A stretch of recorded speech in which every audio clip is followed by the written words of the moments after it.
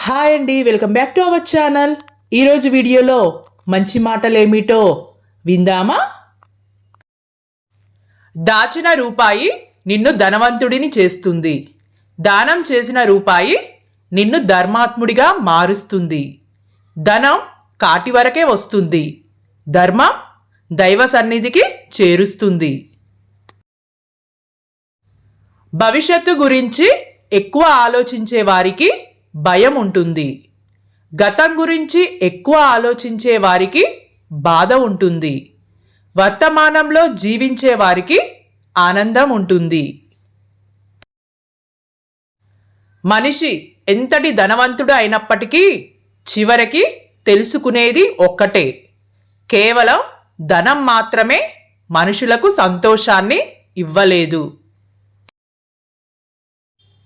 నువ్వు అనుకున్నది సాధించాలి అనుకున్నప్పుడు అనుకోనివి చాలా ఎదురవుతూ ఉంటాయి.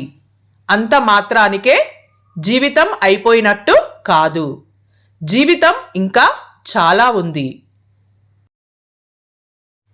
లైఫ్లో ఎంత కష్టం వచ్చినా బాధను బయటకు చూపించకండి. ఎందుకంటే మీ బాధను చూసి సంతోషపడే వాళ్ళు ఇక్కడ చాలామంది ఉన్నారు. నీలోని భావోద్వేగాలను రెచ్చగొట్టి నీ ఆరోగ్యాన్ని పాడు చేసే కొంతమందిని తప్పించుకొని తిరగడం నీ బలహీనత కాదు, అది తెలివైన పని.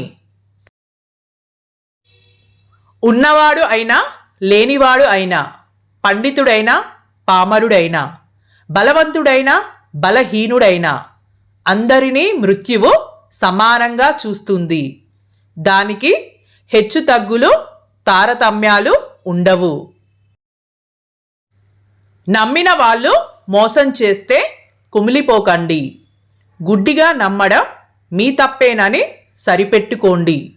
కానీ ఒక్కటి మాత్రం గుర్తుపెట్టుకోండి: దేవుడనేవాడు ఒకడున్నాడు, లెక్క సరిచేయకుండా వదిలిపెట్టడు.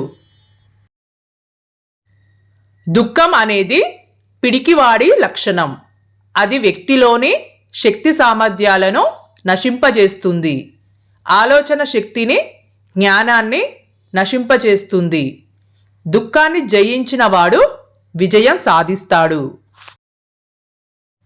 మంచివాళ్ళు నీకు ఆనందాన్ని ఇస్తారు. మరీ మంచివాళ్ళు మధురమైన జ్ఞాపకాలు ఇస్తారు. చెడ్డవాళ్ళు అనుభవాన్ని ఇస్తారు. మరీ చెడ్డవాళ్ళు తిరుగులేని గుణపాఠాన్ని అందిస్తారు. ఏది ఏమైనా అన్నిటినీ సానుకూల దృక్పథంతో చూస్తే అన్నీ ప్రయోజనకరమైన అనుభవాలే.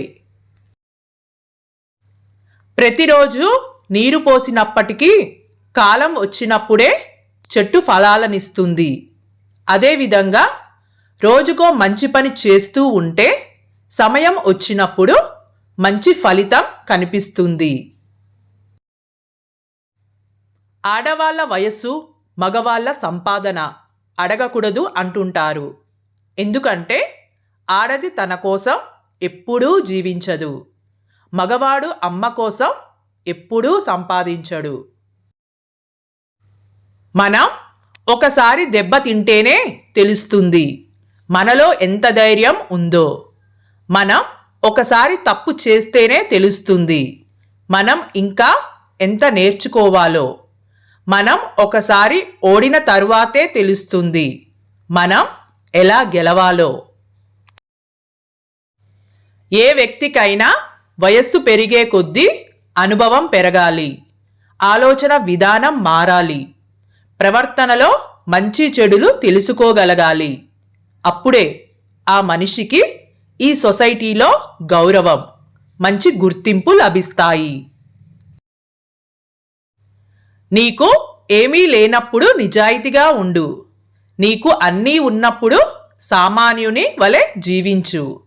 నీవు అధికారంలో ఉన్నప్పుడు వినయంగా ఉండు. నీవు కోపంలో ఉన్నప్పుడు మాట్లాడకు.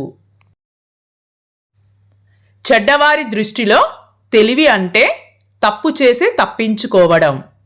మంచివారి దృష్టిలో తెలివి అంటే తప్పు చేయవలసిన పరిస్థితుల నుండి తప్పించుకోవడం. ఎదుటివారితో పోటీతత్వం ఉండాలి, కానీ ఎదుటివారిని నాశనం చేసే మనస్తత్వం ఉండకూడదు. ఎందుకంటే అది ఎదుటివారికే కాదు, మీకు కూడా చాలా ప్రమాదకరం.